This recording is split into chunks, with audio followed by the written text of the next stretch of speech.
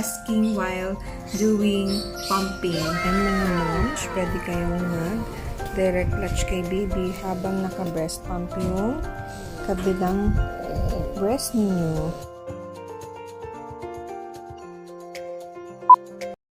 Hello everyone! This is me, Mami Energy. Welcome back to my channel and welcome to my channel if you are new.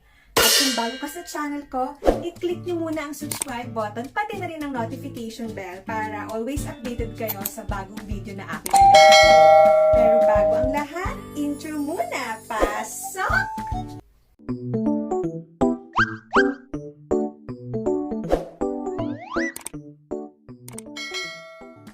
Ang vlog ko for today is introducing my best friend in my breastfeeding journey. Tada!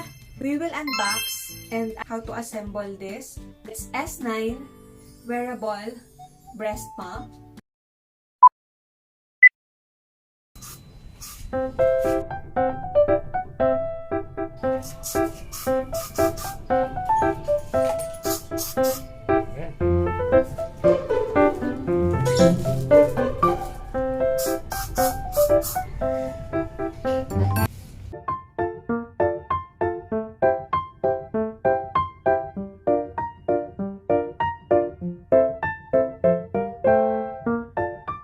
What's inside?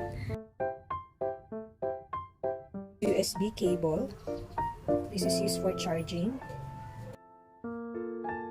It's bra adjustment buckle. And the user manual. That's the user manual. Indicated the part list and how to use it, how to clean and sterilize, how to assemble.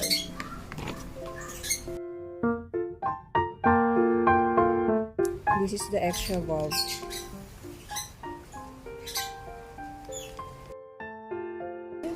I ordered different sizes of flange. I have here, it's a set 17 mm, 19 mm, and 21 mm, 17, 19 mm, and 21 mm.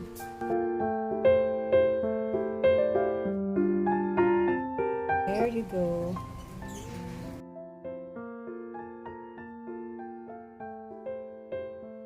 So let me show you the parts list of this S9 electric hands-free wearable breast pump. So here are the parts. Let's have an overview. Okay, so this one is the pump motor. So that's the pump motor, and as you can see, there are controls here. These are the control panels, and this control panel has indicators. So this one is the battery indicator. If it turns red, it means you need to charge it as soon as possible. Then once you charge it, it will turn to green. It means it is fully charged. Usually 1.5 is the time to be fully charged. So 1.5 hours before it gets fully charged. And then what you can see here, another indicator is this one. This is the power button. So you need to press it once you will use it. So press na lang siya, ganyan. So it will turn on. And then press it off once you're done. And then what we have here also is the massage button. So once we press the power button and then press the massage button. Then we also have, we can use also this one. This is the expression button. That's the expression button. And then here you can see the level indicator. That's the intensity of the suction. So we have 5 levels. So if you want to level it down, you can press this one. So this is the level down button. That's the level down button. And then we also have this one, level up button. So once we were done with breast pumping, you may switch it off by pressing the power button. There.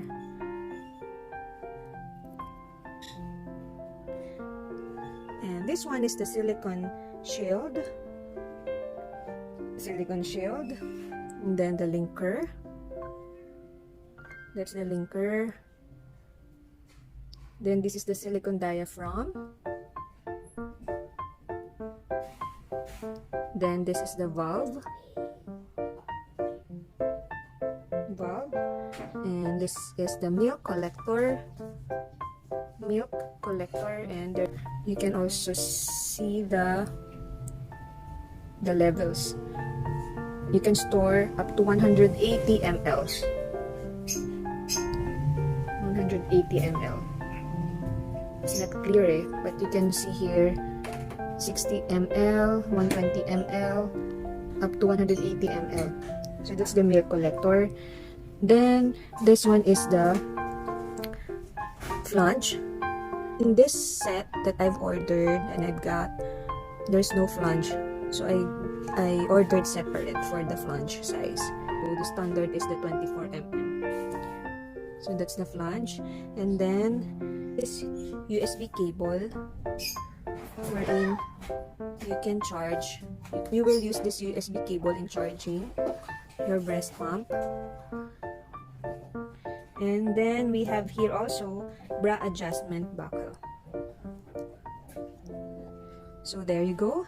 So I'm going to show you how we will connect all these parts to form a container, and then we will connect it to the pump motor. So to assemble the electric breast pump, these are the steps. First, we need to put this silicone diaphragm into the linker. So connect it. Let's connect it and press it with your hands to make edges fasten tightly to ensure a perfect seal. So it should be sealed. And then next is, let's install the valve into the bottom of the linker. So this is the valve. Let's install it. So you will notice there is shape of a triangle here, if you can see it. It's a triangle. So make sure it is installed in the correct direction. So you follow the drawing of the triangle like that. You align it. So it should be properly installed.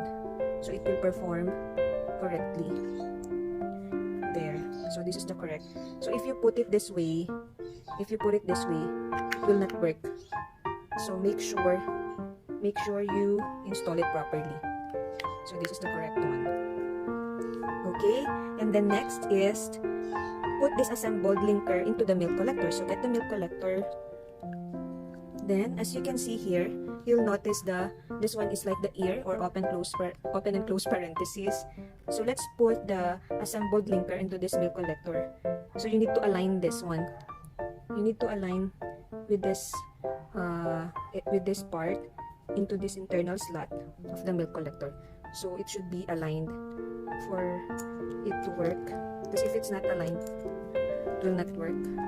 So like that, it's aligned. And press the linker disc with both hands to fasten the edges. So it's aligned already. There. And the next is, let's install now the silicone shield. This is the silicone shield. Let's install it on the milk collector. So it should be aligned also. This one should be aligned to this one. Okay, so if you put it this way, like that, so it's not aligned, so that's wrong. It will spill if you do it like that. Yan. It will spill, so that's wrong. So you should align it, and it should be aligned. So that's the way out for the milk. Yeah, that's the right thing to do. So to ensure that it will fit into its place. And then press it with your both hands to ensure that it is sealed already.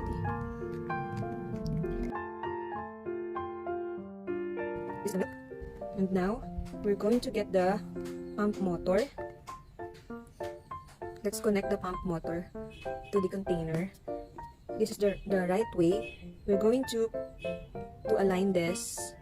It's like a circle. You put it there like that, And then, press the pump motor into the milk collector or milk container to ensure that it fits properly. So you just have to press it with your both hands.